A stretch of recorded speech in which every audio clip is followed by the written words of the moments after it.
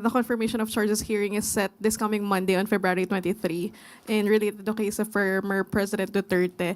May we know, ma'am, if President Marcos will be monitoring the ICC proceedings? Hindi po kailangan mag-monitor ng Pangulo. Ang sabi nga po natin, ang minomonitor po ng Pangulo ay yung interest po ng ating bansa. Kung meron po mangyayari sa hearing, ito po ay personal na po kay dating Pangulong Duterte. At tatandaan po natin na ang mga nagsampa po ng kasong to ay kapwa natin Pilipino. Pilipino nagsampa ng kaso, nirereklamo, ay kapwa natin Pilipino. Hindi po imo-monitor, pero syempre kailangan po maging updated ang Pangulo sa lahat na nangyayari. Dahil mga kapwa Pilipino natin ang nasasangkot dito.